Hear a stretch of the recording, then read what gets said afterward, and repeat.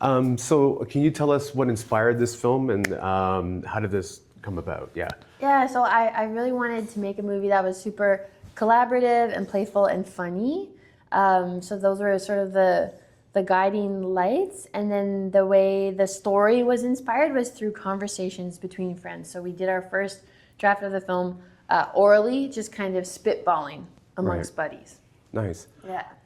Tell us how it felt like to be first, premiering at Sundance. I mean, it must have been like a huge thing. Yeah, it was amazing. It felt very exciting, also scary because we had been working on this film in the intimacy of our own little community in Toronto. So it was scary to put it out into the world, but then it was very warmly received, and I think the audience really liked it.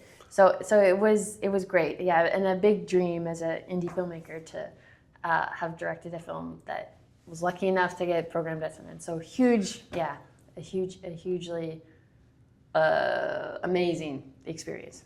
If I can put my finger on it, there's a couple of films that reminded me of your film. One was The Lair of the White Worm. Oh, love, yeah. And the other film was 20th Century, which Love, yeah. which is very SCTV sort of like theatrical style of a film and a show. Can you maybe comment on that? Maybe those were a couple of your influences? Totally. Yeah, so I had been watching The Lair of the White Worm and his other movies and just be like, who is this guy? Loving those movies and just the fun he has with comedy and horror and performance. Huge fan. And then Matthew Rankin is a friend in Canada, and I've just thought, like, when I saw 20th Century, I said to my husband Ben, like, this is the best Canadian movie I have ever seen.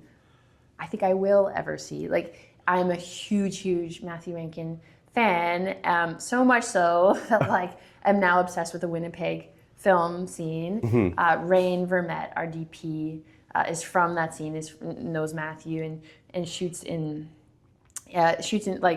lives in Winnipeg and is a part of this sort of film-centric punk indie scene there. And she brought with her other people from Winnipeg for her camera team who helped helped us shoot the movie. So yeah, huge fan. Yeah. Nice. And how does it feel to be here with your film amongst these Canadian-American tensions, and obviously here at South by Southwest with your film? It feels great. Like, with I think the way forward is always to come together. And I have so many friends in the States, and I've run into them here. I was just saying to Ben this morning, like, it's so amazing to come to these festivals and realize that we are part of a film community that is global. And that we know so many people now just from making films together, and there's such common ground. So I think it's a really important ritual for filmmakers around the world to come together despite political differences or whatever, and like do what we love doing, which is making art. So it's felt amazing to be here. So Ben, tell us a little bit about your role in the film.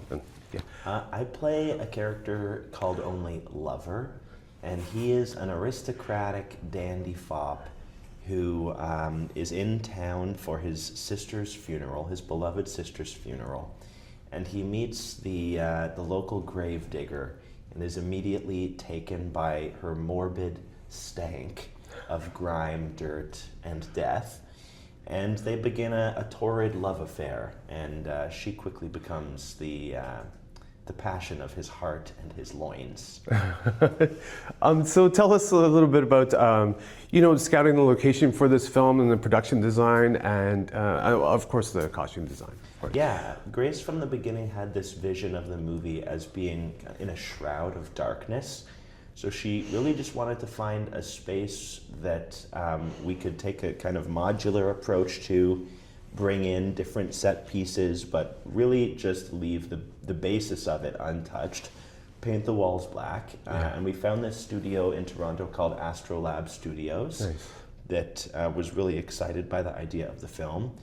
And then the production designer Becca Morin, who Grace had worked on another film called Strawberry Mansion, has a real gift for DIY, handcrafted production design, and she was a natural collaborator for Grace, and she did an incredible job of projecting the idea of a location using just the key props and set pieces that you needed to convey just enough that the audience's imagination could fill in the rest of the image.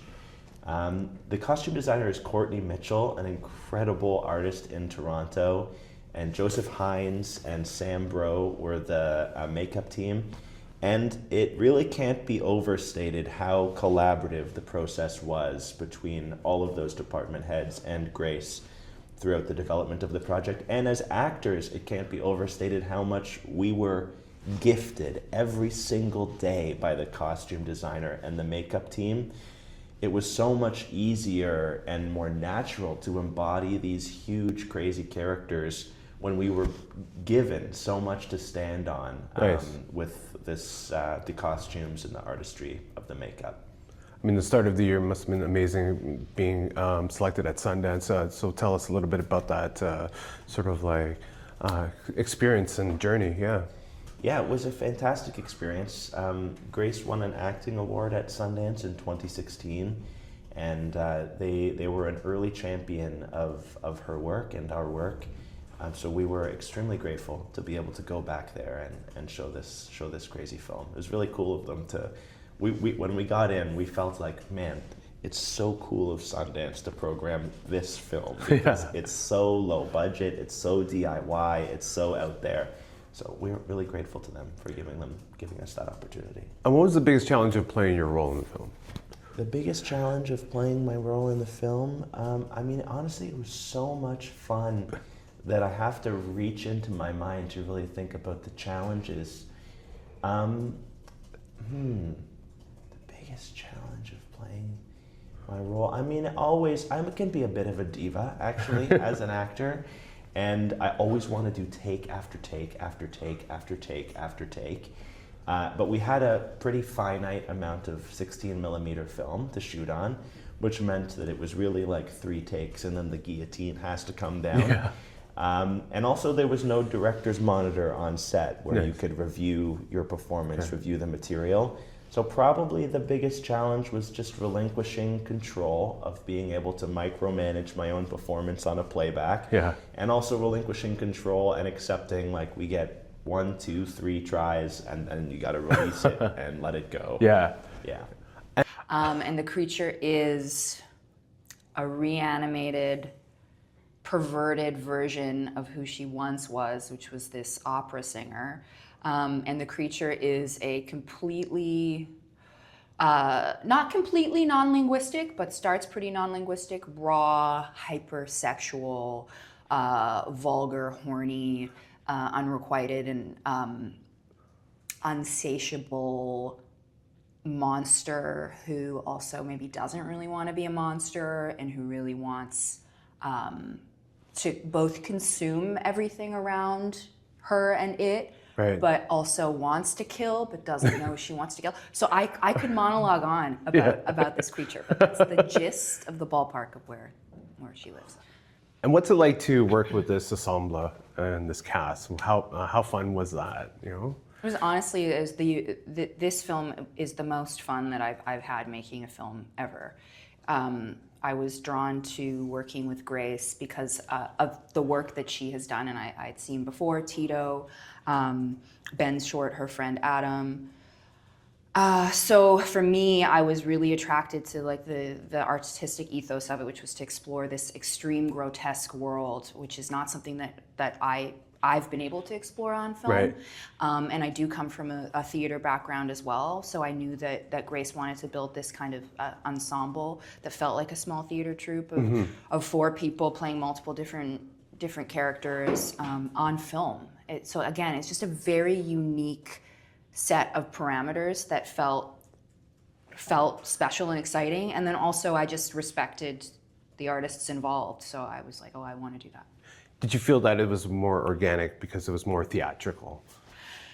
Organic, that's interesting. I think that because it was theatrical and we rehearsed and we really built we fleshed out the story and the characters within rehearsal, that we had room to be organic. We had room to explore. Whereas like when you just come to a set and you are, you're working with everybody for the first time on day one, you're shooting.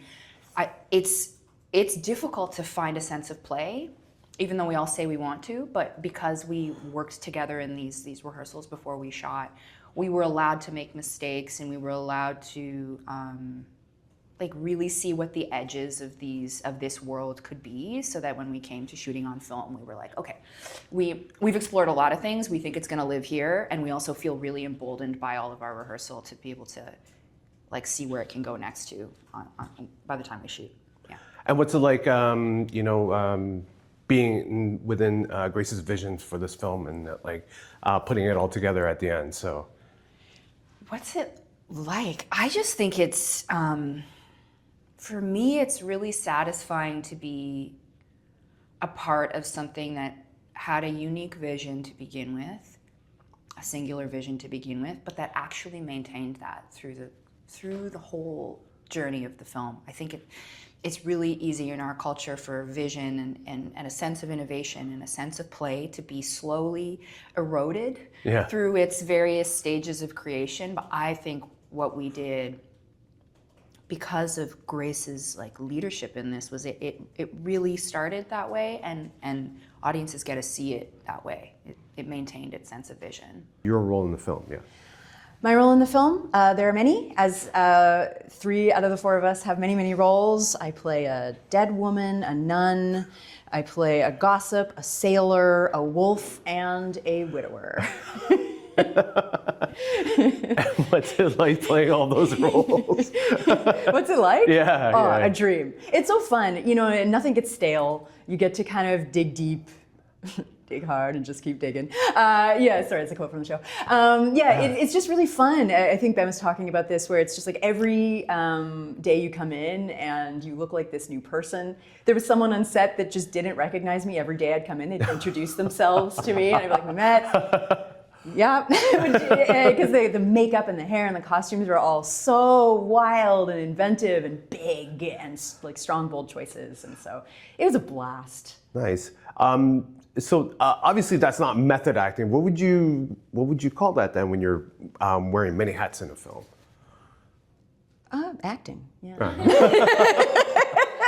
don't know. I think it's just there's a lot of ways in. There's a lot of ways in, and I think that it was, I think some of the others have spoken to this, but because we rehearsed for so long, because we played all of each other's characters and watched and got a real deep sense of these things. So I think I think that the word I would use is play. It was a play method, where you just kind of reach into your inner child and get to be that little weirdo you always wanted to be. What was your most favorite role to play in this film? Oh yeah, well, widower for sure. I've always wanted to play a character like that, and no one but Grace would give me the chance, because Grace took a huge chance on me. I don't do film or haven't in, gosh, a really long time, and I'm not going to say numbers. No one needs to know that. But yeah, getting to play a widower. When that was finalized, I was just like, I can't believe this is my life. This is a dream. This is everything I've ever wanted to do. Nice. Let me kick down those doors. Let me wiggle the sword around. Let me be that guy, Game of Thrones would never cast me as Jon Snow. It just would never happen. Yeah. But Grace did, so. But what was the most challenging part of playing all these roles? Just really the gross stuff I had to put in my mouth and having dirt thrown in my face and not having to react. I'm a very sensitive boy, and so having to have like blood in your mouth and hold it until the camera's ready. I'm like, I hate this. I'd do it again in a second. Yes. But in terms of challenges, there's lots of challenges. Yeah. Filming schedules are hard. You're tired. I was, dealing with a lot of actor demons that I didn't know I had, because I don't do this very often. I'm a theater kid. I'm mostly a puppeteer, so I'm not used to being so visible. But this was a really great opportunity to just like bash all those demons away and push through. And so I really, yeah, I think that was challenging for me, and that's my own journey. But I'm grateful for that challenge because it made me grow.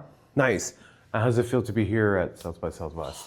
I love Austin so much. I used to tour puppet shows a long time ago, and we visited Austin a bunch. And when I found out that we got into South by Southwest, I was over the moon. The chance to come back here was, I'm still giddy. I still can't believe I'm here. I like open my window every day and I'm like, I'm in Austin. It's one of my favorite places I've ever been to. It's one of the best spots in America, and I've been in every single continental US state. And this is one of my favorite top places. So, I mean, you don't have to ask me twice. Like, love the city, love the vibe, I love the buildings, love the people. Yeah,